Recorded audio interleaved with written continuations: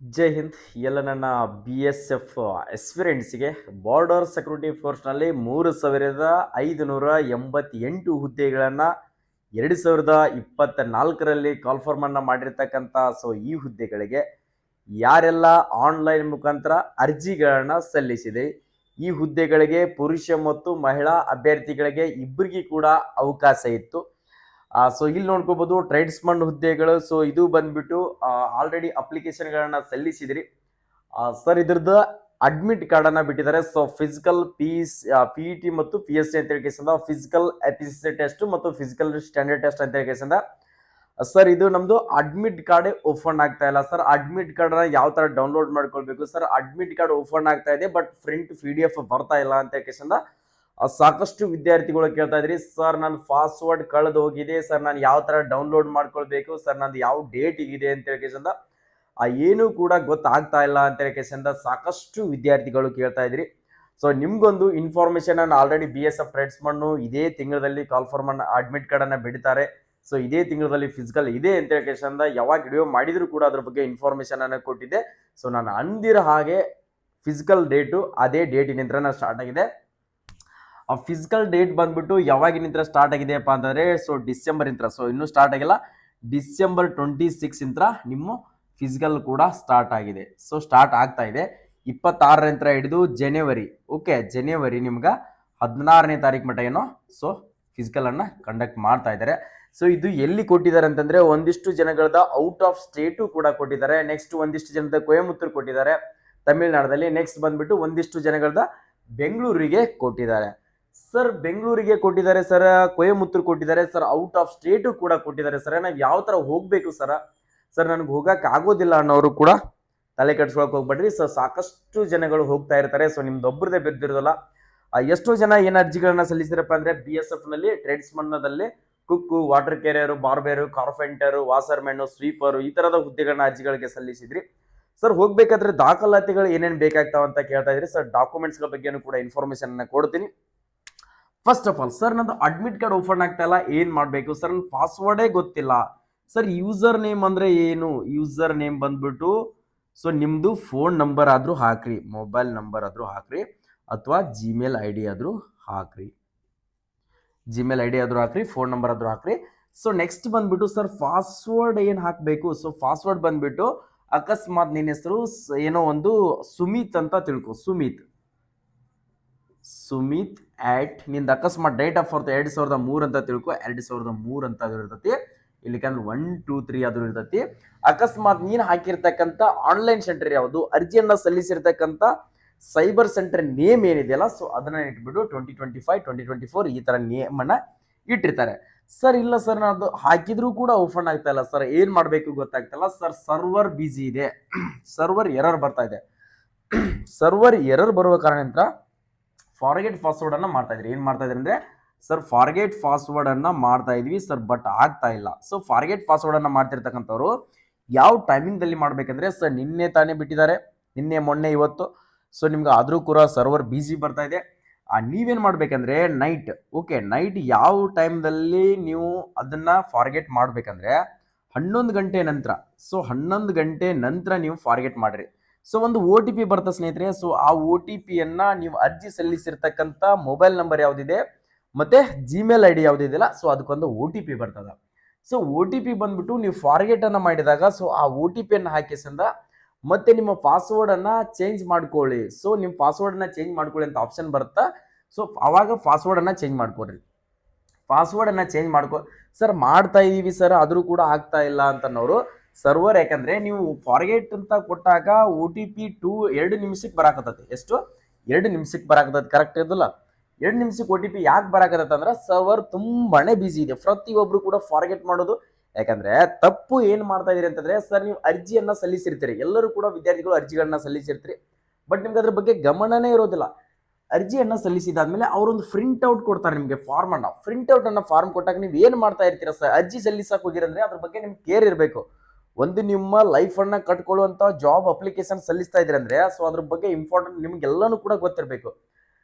Form ಕೊಡ್ತಾರೆ sir, ಅದಕ್ಕೆ ಈ ಪಾಸ್ವರ್ಡೇ ಕೊಟ್ಟಿರೋದಿಲ್ಲ, ಏನು ಕೊಟ್ಟಿರೋದಿಲ್ಲ. ಪಾಸ್ವರ್ಡ್ ಅನ್ನ ಕಂಪಲ್ಸರಿಯಾಗಿ ಹಿಂದ್ಗಡೆ ಬರ್ಸ್ಕೊಂಡು ಬರಬೇಕು.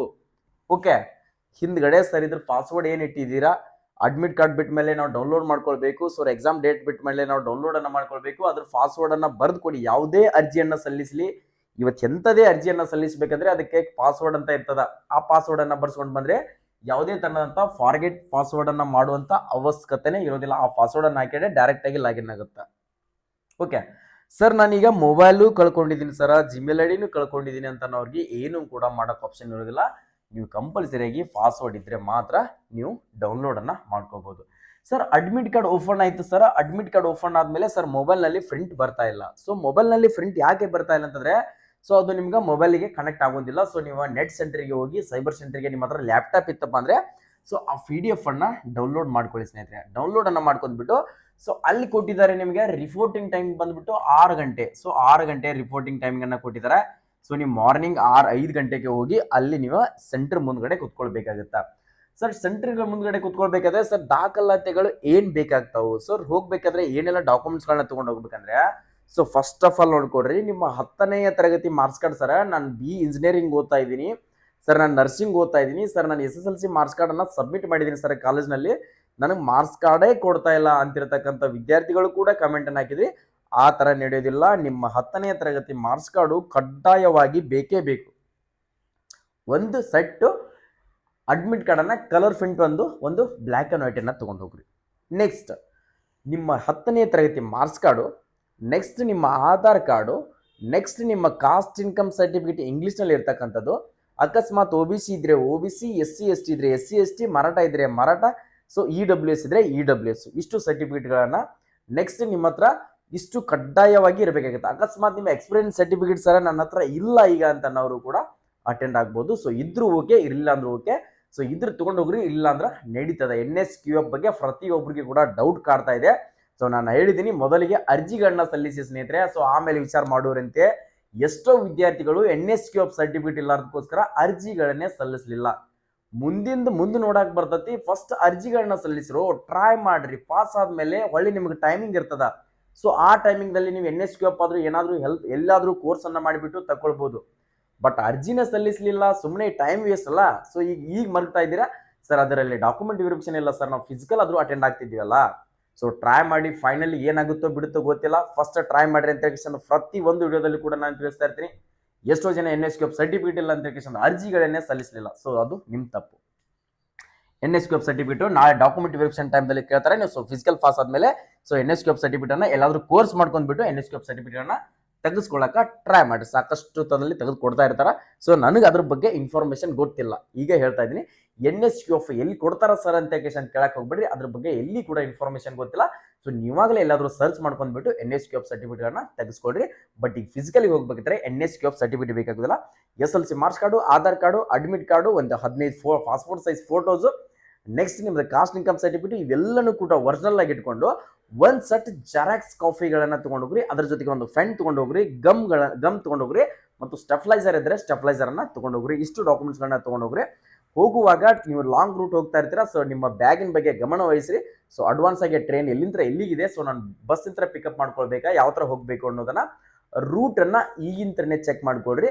ನೆಕ್ಸ್ಟ್ ಅಡ್ಮಿಟ್ ಕಾರ್ಡ್ ಅನ್ನ ಓಪನ್ ಆಗ್ಲಾರ್ದವ್ರಿಗೆ ಹೇಳಿದಿನಲ್ಲ, ಸೊ ಫಾರ್ಗೆಟ್ ಮಾಡ್ಕೊಡ್ರಿ. ಸೊ ನೈಟ್ 11 ಗಂಟೆಗೆ ಸುಮ್ಮನೆ ಹೊಳ್ಳೆ ಮೇಲೆ ಫಾರ್ಗೆಟ್ ಮಾಡ್ಕೊಂಡ್ ಕೇಸಿಂದ ಟೆನ್ಷನ್ ಮಾಡ್ಕೊಳಕ್ ಹೋಗ್ಬೇಡ್ರಿ. ಪ್ರತಿಯೊಬ್ಬರು ಅಡ್ಮಿಟ್ ಕಾರ್ಡ್ ಕೂಡ ಓಪನ್ ಆಗುತ್ತಾ. ಸೊ ಬೇಜಾರಾಗಕ್ಕೆ ಹೋಗ್ಬೇಡ್ರಿ. ಫಿಸಿಕಲ್ ಅನ್ನ ಇವತ್ತಿನಿಂದನೇ ಸ್ಟಾರ್ಟ್ ಮಾಡ್ಕೊಡ್ರಿ. ಸೊ ನಿನ್ನೆ ಅವತ್ತಿನಿಂದನೇ ಸ್ಟಾರ್ಟ್ ಮಾಡಿದ್ರಿ ಅಂತ ಅನ್ಕೋತಾ ಇದೀನಿ. ಮೇಲ್ ಕೆಟಗರಿ ಅವರಿಗೆ ಎಷ್ಟು ಇರ್ತದೆ ಅಂತಂದ್ರೆ 5 ಕಿಲೋಮೀಟರ್ ರನ್ನಿಂಗ್ ಇರುತ್ತೆ. ಎಷ್ಟು 5 ಕಿಲೋಮೀಟರ್ ರನ್ನಿಂಗ್ ಇರುತ್ತಾ, 24 ಮಿನಿಟ್ಸ್ ಟೈಮಿಂಗ್ ಇರುತ್ತಾ. ಸೊ ಗರ್ಲ್ಸಿಗೆ ಬಂದ್ಬಿಟ್ಟು ಸೊ ಫೀಮೇಲ್ದವ್ರಿಗೆ 1600 ಮೀಟರ್ ರನ್ನಿಂಗ್ ಇರುತ್ತಾ. ನೆಕ್ಸ್ಟ್ ಅವ್ರಿಗೆ 8.5 ನಿಮಿಷ ಟೈಮಿಂಗ್ ಇರುತ್ತಾ. ಎಷ್ಟು 8.5 ನಿಮಿಷ ಟೈಮಿಂಗ್ ಇರುತ್ತಾ. ಬಾಯ್ಸಿಗೆ 165 ಸೆಂಟಿಮೀಟರ್ ಹೈಟ್ ಇರಬೇಕಾಗುತ್ತಾ. ಸೊ ಮಹಿಳೆಯರಿಗೆ 155 ಸೆಂಟಿಮೀಟರ್ ಹೈಟ್ ಇದ್ರು ಕೂಡ ಸೊ ಈ ರ್ಯಾಲಿಗೆ ಸೊ ಒಂದು ಒಳ್ಳೆಯ ಅಪಾರ್ಚುನಿಟಿನ ಅನ್ಕೊಳ್ಬಹುದು. ಸರ್ ನಾನು ಅಗ್ನಿವೀರ ಹೈಟ್ ಫೇಲ್ ಆಗಿದ್ದೀನಿ ಸರ್, ನಾನು ಈ ಸರಿ BSF ವರದಿಯನ್ನ ಹಾಕೊಳ್ಬೇಕು ಸರ್, ನಾನು ಒಂದು ಡ್ರೀಮ್ ಫೋರ್ಸ್ ಇದೆ ಸರ್ ಅನ್ನೋರು ಕೂಡ ಈ ಮಿಸ್ ಅನ್ನ ಮಾಡ್ಕೊಳ್ಕೋಬೇಡ್ರಿ. ಯಾಕಂದ್ರೆ 5 ಕಿಲೋಮೀಟರ್ ರನ್ನಿಂಗ್ ಅನ್ನ ಓಡೋದು ಅಷ್ಟು ಈಸಿನೂ ಅಲ್ಲ. ಸೊ 16 ಮೀಟರ್ ಹೊಡಿತಿರ್ತಕ್ಕಂಥ ಸಿಸ್ಟರ್ಸ್ ಗಳಿಗೆ ಅಷ್ಟು ಈಸಿನೇ ಅಲ್ಲ. ಪ್ರಾಕ್ಟೀಸ್ ಮಾಡಿದ್ರೆ ಮಾತ್ರ 5 ಕಿಲೋಮೀಟರ್ ರನ್ನಿಂಗ್ ಅನ್ನು ಓಡಬಹುದು. ಅದರ ಜೊತೆಗೆ RFID ಅನ್ನ ಯೂಸ್ ಮಾಡ್ತಾ ಇದ್ದಾರೆ. ಸೊ RFID ಅನ್ನ ಯೂಸ್ ಮಾಡ್ತಾ ಇದ್ದಾರೆ. ಸೊ RFID ಅಂತಂದ್ರೆ ಸೊ ನಿಮ್ ಕಾಲಿಗೆ ಒಂದು ಸ್ಕ್ಯಾನರ್, ಈ ತರ ವಾಚ್ ಏನಿದೆಯಲ್ಲ, ಸೊ ಈ ತರದ ಒಂದು ಬೆಲ್ಟ್ ಕೂಡ ಕಟ್ತಾರೆ. ಸೊ ಈ ತರದ ಬೆಲ್ಟ್ ಕಟ್ಕೇಶಂದ ಸೊ ನೀವು ಯಾವಾಗಾದ್ರೂ ಓಡು, ಸೊ ನಿನಗೆ ಓಡ್ ಅಂತಾನೆ ಹೇಳೋದಿಲ್ಲ ಅವರು. ನೀನ್ ಎಷ್ಟು ರೌಂಡ್ ಆದ್ರೂ ಓಡು, ಯಾವ ತರ ಆದ್ರೂ ಓಡು, ಸೊ ನೀನ 24 ನಿಮಿಷದೊಳಗಡೆ 5 ಕಿಲೋಮೀಟರ್ ರನ್ನಿಂಗ್ ಅನ್ನ ಕಂಪ್ಲೀಟ್ ಮಾಡಿದ್ರೆ ಮಾತ್ರ ಪಾಸು. ಅಕಸ್ಮಾತ್ ಮಿಲಿ ಸೆಕೆಂಡ್ ಲೇಟ್ ಆದ್ರೂ ಕೂಡ ನೀನ ರನ್ನಿಂಗ್ ನಲ್ಲಿ ಫೇಲ್ ಆಗ್ತೀಯಾ. ಸೊ ಹೈಟ್ ಮೆಜರ್ಮೆಂಟ್ ಸರ ಅಲ್ಲಿ ಹೆಚ್ಚು ಹಿಡಿತಾರೆ ಕಡಿಮೆ ಹಿಡಿತಾರೆ ಅಂತ ಕೇಳಕ್ ಹೋಗ್ಬೇಡ್ರಿ, ಅದು ಕೂಡ ಸೆನ್ಸನ್ ಮುಖಾಂತರ ಇರುತ್ತೆ. ಸೊ ನೀನು ಹೈಟ್ ತಕ್ಕಂಗ ಹೈಟ್ ಕರೆಕ್ಟ್ ನಿಂತ್ಕೊಂಡ್ರೆ ವೇಟ್ ತೋರಿಸುತ್ತೆ. ಸೊ ಅಲ್ಲಿ ಯಾರು ಕೂಡ ಏನು ಮಾಡೋಕ್ಕಾಗಲ್ಲ. ನೀನು 165 ಹೈಟ್ ಇದ್ದೀಯಪ್ಪ ಅಂದ್ರೆ ಸೊ ಆರಾಮ್ಸಾಗಿ ಪಾಸ್ ಆಗ್ತಿ. ಸೊ ಇವತ್ತೇ ತಲೆಗೆ ಇಟ್ಕೊಂಡು ಕೇಸನ್ನ ಫಿಸಿಕಲ್ ಅನ್ನ ಪ್ರಾಕ್ಟೀಸ್ ಮಾಡು. ಸರ್ ಫಿಸಿಕಲ್ ಪ್ರಾಕ್ಟೀಸ್ ಮಾಡ್ಬೇಕು ಅನ್ಕೊಂಡಿದ್ದೀನಿ ಸರ್, ನಾನು ಮನೆಯಲ್ಲಿ ಒಬ್ಬನೇ ಇದ್ದೀನಿ ಸರ್, ನನಗೆ ಓಡಕ್ ಆಗ್ತಾ ಇಲ್ಲ ಸರ್ ಊರಲ್ಲಿ. ಸರ್ ನಾನು ಲಾಂಗ್ ರೂಟ್ ಹೋಗಕ್ ಆಗ್ತಾ ಇಲ್ಲ ಸರ್, ಡೈಲಿ ನಾನು 16 ಮೀಟರ್ ಅಷ್ಟೇ ಓಡ್ತಾ ಇರ್ತೀನಿ ಅಂತ ಅಂತಿರ್ತಕ್ಕಂಥ ವಿದ್ಯಾರ್ಥಿಗಳು. ನೆಕ್ಸ್ಟ್ ಮಹಿಳೆಯರಿಗೆ ಸರ್ ನಾನು ಊರಲ್ಲಿ ಓಡಿದ್ರೆ ಮುಜುಗರ ಆಗ್ತಾ ಇದೆ ಸರ್, ಸರ್ ಯಾರು ಇಲ್ಲ ಸರ್, ನಾನು ಒಬ್ಬಳೇ ಓಡ್ತಾ ಇದ್ದೀನಿ ಸರ್. ಸರ್ ನಿಮ್ಮ ಅಕಾಡೆಮಿದಲ್ಲಿ ಸರ್ ನಿಮ್ಮ ಕೋಚಿಂಗ್ ದಲ್ಲಿ BSF ದವರಿಗೆ ಸಪರೇಟ್ ಆಗಿ ಫಿಸಿಕಲ್ ಬ್ಯಾಚ್ ಅನ್ನ ಪ್ರಾರಂಭವನ್ನ ಮಾಡಿ ಸರ್ ಅಂತ ಕೇಳ್ತಾ ಇದ್ದೀರಾ. ಸೊ ನಾವು ಅಡ್ವಾನ್ಸ್ ಆಗಿ ಸ್ಟಾರ್ಟ್ ಮಾಡಿದ್ವಿ ಸರ್. ಇದ್ರ ಬಗ್ಗೆ ಇನ್ಫಾರ್ಮೇಶನ್ ಗೊತ್ತಿತ್ತು ನಮಗೆ. BSF ಟ್ರೇಡ್ಸ್ಮನ್ ವಿದ್ಯಾರ್ಥಿಗಳಿಗೆ ಸಪರೇಟ್ ಬ್ಯಾಚ್ ಗಳನ್ನ ಮಾಡಿಬಿಟ್ಟು 5 ಕಿಲೋಮೀಟರ್ ರನ್ನಿಂಗ್ ಕೂಡ ಓಡಿಸ್ತಾ ಇದೀವಿ ಬಾಯ್ಸ್ಗೆ, 16 ಮೀಟರ್ ಗರ್ಲ್ಸ್ ಕೂಡ ರನ್ನಿಂಗ್ ಅನ್ನು ಓಡಿಸ್ತಾ ಇದೀವಿ. ನಾವು 5 ಕಿಲೋಮೀಟರ್ ರನ್ನಿಂಗ್ ಅನ್ನ ರೋಡ್ನಲ್ಲಿ ಕೂಡ 5 ಕಿಲೋಮೀಟರ್ ಟೈಮಿಂಗ್ ಅನ್ನ ಚೆಕ್ ಮಾಡ್ತಾ ಇದೀವಿ, ಅದರ ಜೊತೆಗೆ ಗ್ರೌಂಡಿನಲ್ಲಿ ಕೂಡ ಟೈಮಿಂಗ್ ಅನ್ನ ಚೆಕ್ ಮಾಡ್ತಾ ಇದೀವಿ. ಎರಡರಲ್ಲಿ ಕೂಡ ನೀವು ಟೈಮಿಂಗ್ ಕೊಟ್ಟರೆ ಮಾತ್ರ ಅಲ್ಲಿ ಯಾವ ತರ ಇರ್ತದ ಅಂತ ಹೇಳಿ ಯಾರಿಗೂ ಕೂಡ ಗೊತ್ತಾಗೋದಿಲ್ಲ. ಅದ್ರ ಬಗ್ಗೆ ಫಸ್ಟ್ ಡೇ ಹೋದವರಿಗೆ ಮಾತ್ರ ಗೊತ್ತಾಗುತ್ತೆ. ಸೊ ಅಲ್ಲಿ ಮಟ್ಟ ಒಳಗಡೆ ಇರ್ತಕ್ಕಂಥವ್ರು ಯಾರು ಇನ್ಫಾರ್ಮೇಶನ್ ಕೊಡೋದಿಲ್ಲ. ಸೊ ಅಕಸ್ಮಾತ್ ಇನ್ಫಾರ್ಮೇಶನ್ ರೋಡು ಗ್ರೌಂಡ್ ಏನಾದ್ರು ಇನ್ಫಾರ್ಮೇಶನ್ ಬಂದ್ರೆ ಸೊ ಎಲ್ಲದರಲ್ಲಿ ಕೊಯಮತ್ತೂರು ಆಯ್ತು ಬೆಂಗಳೂರು ಆಯ್ತು ಅದ್ರ ಬಗ್ಗೆ ನಾನು ಇನ್ಫಾರ್ಮೇಶನ್ ಕೊಡ್ತೀನಿ ಸ್ನೇಹಿತರೆ. ಸೊ ಪ್ರತಿಯೊಬ್ರು ಕೂಡ ನೀವೇನಾದ್ರೂ ನಮ್ಮ HJ ಡಿಫೆನ್ಸ್ ಅಕಾಡೆಮಿ ಬಾಗಲಕೋಟ್ ನಮ್ಮ ಕೋಚಿಂಗಿಗೆ ಬರಬೇಕು, ಅಡ್ಮಿಷನ್ ಅನ್ನ ತಗೊಳ್ಬೇಕು ಅನ್ಕೊಂಡಿದ್ರೆ ಸೊ ನೀವು 15 ದಿನ ಇರಲಿ 20 ದಿನ ಟೈಮಿಂಗ್ ಇರಲಿ, ಸೊ ನಾವು ಪಿಕಪ್ ಮಾಡಿಸಿ ನಿಮ್ಮನ್ನ ಫಿಸಿಕಲ್ ಪಾಸ್ ಮಾಡುವಂತ ನಮ್ದು ನಾವು ಮಾಡಿಸ್ಕೊಡ್ತೀವಿ ಸ್ನೇಹಿತರೆ. ಸೊ ಆದ ಕಾರಣಕ್ಕೋಸ್ಕರ 100% ರಿಸಲ್ಟ್ ಕೊಡ್ತೀವಿ. ನೀವು ರೆಡಿ ಇರಬೇಕು. ಮೇನು ನಾನು 10 ಕಿಲೋಮೀಟರ್ ಓಡಿಸಿರೋ ಓಡಾಕ್ ರೆಡಿ ಇರಬೇಕು, 5 ಕಿಲೋಮೀಟರ್ ಓಡಿಸಿರೋ ಓಡಾಕ್ ರೆಡಿ ಇರಬೇಕು. ಫಸ್ಟ್ ನಿಮ್ಮ ಹತ್ರ ಕಾನ್ಫಿಡೆಂಟ್ ಇದ್ರೆ ಸೊ ಪ್ರತಿಯೊಂದು ಕೂಡ ಮಾಡಕ ಸಾಧ್ಯ ಆಗುತ್ತೆ. ಬರ್ಬೇಕು ಅನ್ಕೊಂಡಿದ್ರೆ ಇವಾಗಲೇ ಅಡ್ಮಿಷನ್ ಕೂಡ ಸ್ಟಾರ್ಟ್ ಆಗಿದಾವು. ಇಲ್ಲಿ HJ ಡಿಫೆನ್ಸ್ ಅಕಾಡೆಮಿ ಬಾಗಲಕೋಟ್ ಇಲ್ಲಿ ಕೊಟ್ಟಿರ್ತಕ್ಕಂಥ ನಾವು ಆಫೀಸ್ ನಂಬರ್ ಕಾಂಟ್ಯಾಕ್ಟ್ ನಂಬರ್ಗೆ ಸೊ ಅಡ್ಮಿಷನ್ ಇನ್ಫಾರ್ಮೇಶನ್ ಬೇಕಾಗಿತ್ತು ಅಂತಂದ್ರೆ ಇದರಲ್ಲಿ ಇನ್ಫಾರ್ಮೇಶನ್ಗಳಿಗೆ ಕಾಲ್ ಮಾಡ್ರಿ. ಸೊ ಸರ್ ನಂದು ಅಡ್ಮಿಟ್ ಕಾರ್ಡ್ ಓಪನ್ ಆಗ್ತಾ ಇಲ್ಲ ಸರ್, ಅದು ಇಲ್ಲ ಅಂತ ಹೇಳಿ ಈ ನಂಬರ್ಗೆ ಕಾಲ್ ಮಾಡಕ್ ಹೋಗ್ಬಿಡ್ರಿ. ಇದು ಆಫೀಸ್ ನಂಬರ್ ಇರುತ್ತೆ. ಏನೋ ಡೌಟ್ಸ್ ಇದ್ರು ಕೂಡ ಕಮೆಂಟ್ ಸೆಕ್ಷನ್ ಅಲ್ಲಿ ಕಮೆಂಟ್ ಅನ್ನ ಹಾಕಿ. ಸೊ ಅದ್ರ ಬಗ್ಗೆ ಇನ್ಫಾರ್ಮೇಶನ್ ಅನ್ನ ನಾನು ಕೊಡ್ತಾ ಹೋಗ್ತೀನಿ ಸ್ನೇಹಿತರೆ. ಸೊ ಪುರುಷರಿಗೆ ಸಪರೇಟ್ ಆಗಿರ್ತಕ್ಕಂಥ ಹಾಸ್ಟೆಲ್ ವ್ಯವಸ್ಥೆ ಇರ್ತೈತಿ, ಸೊ ಮಹಿಳೆಯರಿಗೆ ಸಪರೇಟ್ ಆಗಿರ್ತಕ್ಕಂಥ ಹಾಸ್ಟೆಲ್ ವ್ಯವಸ್ಥೆ ಇರ್ತೈತಿ. ನಮ್ಮ ಹತ್ರ ಡಿಸ್ಟ್ರಿಕ್ಟ್ ಸ್ಟೇಡಿಯಂ ಜಿಲ್ಲಾ ಕ್ರೀಡಾಂಗಣ ಕೂಡ ಇದೆ. ಅದರ ಜೊತೆಗೆ ಒಂದು 4 ಬೆಸ್ಟ್ ರೋಡ್ಗಳಿದಾವೆ. ಆರಾಮ್ಸಾಗಿ ಯಾವುದೋ ಒಂದು ವೆಹಿಕಲ್ ಅಡ್ಡಲಾರಂತ ರೋಡಿನಲ್ಲಿ ಕೂಡ ನಾವು ಸೊ ನಿಮ್ಗೆ ಫಿಸಿಕಲ್ ಅನ್ನ ಮಾಡಿಸ್ತಾ ಇರ್ತೀವಿ. ಸೊ 100% ರಿಸಲ್ಟ್ ಅನ್ನ ಕೊಡ್ತೀವಿ. ಬಂದು ಜಾಯಿನ್ ಆಗ್ಬೇಕು ಅನ್ಕೊಂಡ್ರು ಜಾಯಿನ್ ಆಗಿ. ಈ ವಿಡಿಯೋನ ಪ್ರತಿಯೊಂದು ನಿಮ್ಮ ವಿದ್ಯಾರ್ಥಿಗೆ ಸೊ ನಿಮ್ಮ ಸ್ನೇಹಿತರು ಯಾರಾದರೂ BSF ಟ್ರೇಡ್ಸ್ಮನ್ ಹುದ್ದೆಗೆ ಅರ್ಜಿಗಳನ್ನ ಸಲ್ಲಿಸಿದ್ರೆ ಸೊ ಅವ್ರಿಗೆ ಕೂಡ ತಪ್ಪದೇ ಈ ವಿಡಿಯೋನ ಶೇರ್ ಮಾಡಿ ಸ್ನೇಹಿತರೆ. ಸೊ ಅವ್ರಿಗೆ ಕೂಡ ಬಹಳ ಅಂದ್ರೆ ಬಹಳ ಹೆಲ್ಪ್ ಆಗುತ್ತೆ. ನಾವು ಕೊಟ್ಟಿರ್ತಕ್ಕಂಥ ಮಾಹಿತಿ ನಿಮ್ಗೆ ಏನಾದರೂ ಹೆಲ್ಪ್ ಆಗಿದ್ರೆ ಸೊ ಇಷ್ಟ ಆಗಿದ್ರೆ ನೆಕ್ಸ್ಟ್ 26ನೇ ತಾರೀಕಿಗೆ ಫಿಸಿಕಲ್ ನಡೆದಿರ್ತಕ್ಕಂಥದ್ದು ವಿಡಿಯೋ ಬೇಕಾಗಿದ್ರೆ ಸೊ ಅದರ ಇನ್ಫಾರ್ಮೇಶನ್ ಬೇಕಾಗಿತ್ತು. ಸೊ ನೆಕ್ಸ್ಟ್ ಯಾವ ತರ ಕೇಳ್ತಾ ಇದ್ದಾರೆ ಫಿಸಿಕಲ್ ಹೈಟ್ ವೇಟ್ ಚೆಸ್ಟ್ ಯಾವ ತರ ಹಿಡಿತಾ ಇದ್ದಾರೆ ಸೊ ಅದರದೆಲ್ಲದೂ ಕೂಡ ಲೈವ್ ಅಪ್ಡೇಟ್ ಏನಾದರೂ ನೀವು ತಿಳ್ಕೊಳ್ಬೇಕು ಅನ್ಕೊಂಡಿದ್ರಿಯಪ್ಪ ಅಂದ್ರೆ ನಮ್ಮ ಯೂಟ್ಯೂಬ್ ಚಾನೆಲ್ ಅನ್ನ ಸೊ ಕರ್ನಾಟಕದಲ್ಲಿ ಹೆಸರು ಮಾಡಿರ್ತಕ್ಕಂಥ HJ ಪ್ಯಾರಾಮಿಲಿಟರಿ ಯೂಟ್ಯೂಬ್ ಚಾನೆಲ್ ಅನ್ನ ಇನ್ನೂ ಸಬ್ಸ್ಕ್ರೈಬ್ ಮಾಡ್ಕೊಂಡಿಲ್ಲ ಅಂತಂದ್ರೆ ಸೊ ನೀವು ತಪ್ಪು ಮಾಡ್ತಾ ಇದ್ದೀರಾ. ಸಬ್ಸ್ಕ್ರೈಬ್ ಮಾಡ್ಕೊಳ್ಳಿ ಸ್ನೇಹಿತರೆ. ಇದೇ ಒಂದೇ ಅಲ್ಲ, ಸಾಕಷ್ಟು ಇನ್ಫಾರ್ಮೇಶನ್ಗಳು, ಜಾಬ್ ಅಪ್ಡೇಟ್ಸ್ಗಳು, 10th PUC ಡಿಗ್ರಿ ಯಾವುದೇ ಒಂದು ಸ್ಟೇಟ್ ಗೌರ್ಮೆಂಟ್ ಆಗಿರಲಿ, ಸೆಂಟ್ರಲ್ ಗೌರ್ಮೆಂಟ್ ಆಗಿರಲಿ, ಪ್ರೈವೇಟ್ ಜಾಬೇ ಕನ್ಫರ್ಮ್ ಆಗಲಿ, ಅದ್ರ ಬಗ್ಗೆ ಇನ್ಫಾರ್ಮೇಶನ್ ಸಿಗ್ತಿರ್ತಕ್ಕಂಥದ್ದು ನಮ್ಮ HJ ಪ್ಯಾರಾಮಿಲಿಟರಿಯನ್ ಇನ್ಫಾರ್ಮೇಶನ್ ಫ್ಯಾಕ್ಟ್ರಿನೇ ಅನ್ಕೊಳ್ಬಹುದು. ಈಗಲೇ ಸಬ್ಸ್ಕ್ರೈಬ್ ಮಾಡ್ಕೊಡ್ರಿ, ಪ್ರತಿಯೊಂದು ಅಪ್ಡೇಟು ಸಿಗ್ತಾನೆ ಇರ್ತದೆ. ಜೈ ಹಿಂದ್, ಜೈ ಕರ್ನಾಟಕ.